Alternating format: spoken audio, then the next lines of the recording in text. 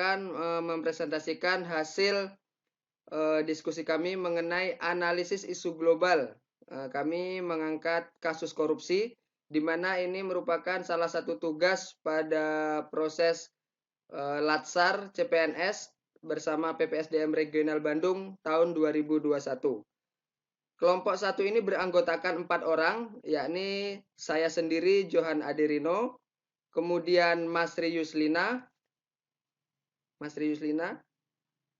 selanjutnya Ice Trisna Juliwati, dan Irmaya Sari.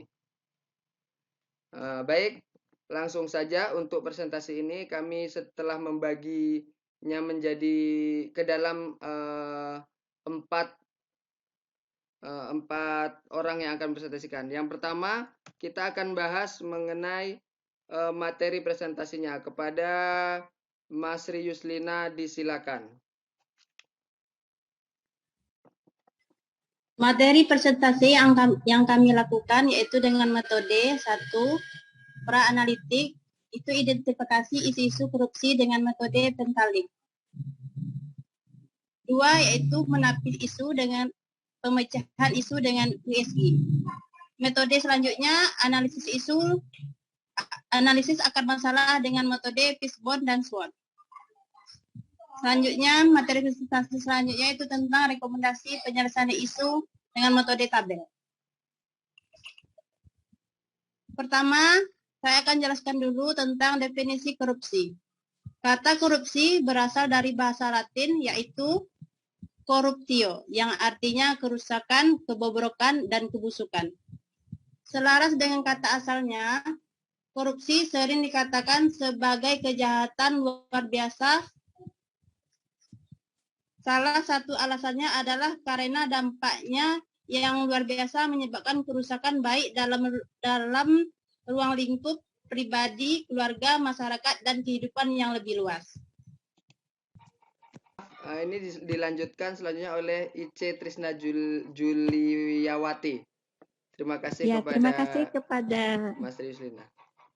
Ya, terima kasih kepada Johan. Selanjutnya saya itu membacakan identifikasi masalah pada kasus kami, yaitu ada 3 isu yang lagi hangat, yaitu pertama kasus korupsi Jiwasraya yang merugikan negara kurang lebih 10 triliun. Yang kedua yaitu kasus korupsi bansos COVID-19 oleh Menteri Sosial dengan nilai total 20,8 miliar. Yang ketiga yaitu kasus korupsi dana EKTP Setia Novanto sebanyak 2,3 triliun. Dari identifikasi isu kami menggunakan metode pentahelik, yaitu pra-analisis isu korupsi dengan metode pentahelik. Kami mengambil isu korupsi pada bansos COVID-19. Pada metode pentahelik ini, untuk pemerintah yaitu kurangnya tingkat penyelesaian pendidikan korupsi dengan kategori mega korupsi yang semakin hilang beritanya dan kurangnya pencegahan praktek korupsi di bidang perizinan, ekspor impor, pelayanan publik yang berhubungan langsung dengan masyarakat.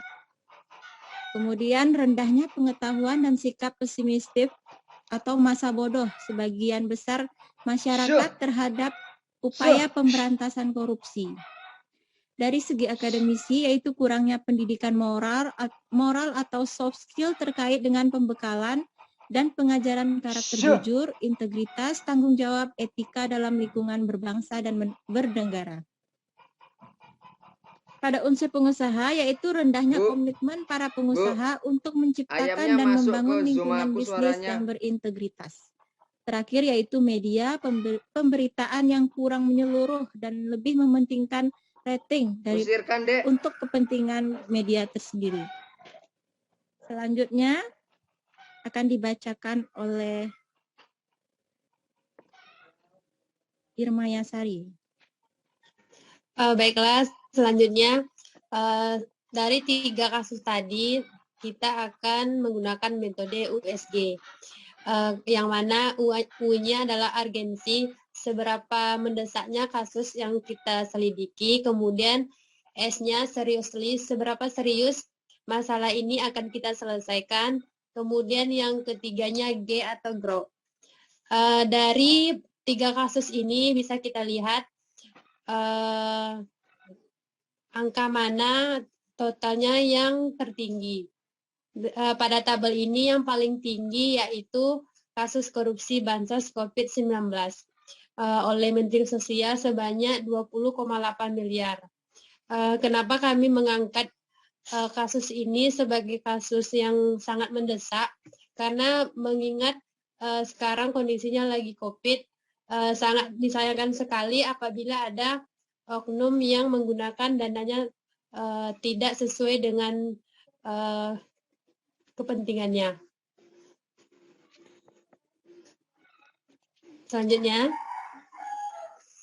setelah kita menggunakan metode USG, selanjutnya kita akan analisisnya dengan metode Fishbone atau sering juga disebut dengan analisis sebab akibat.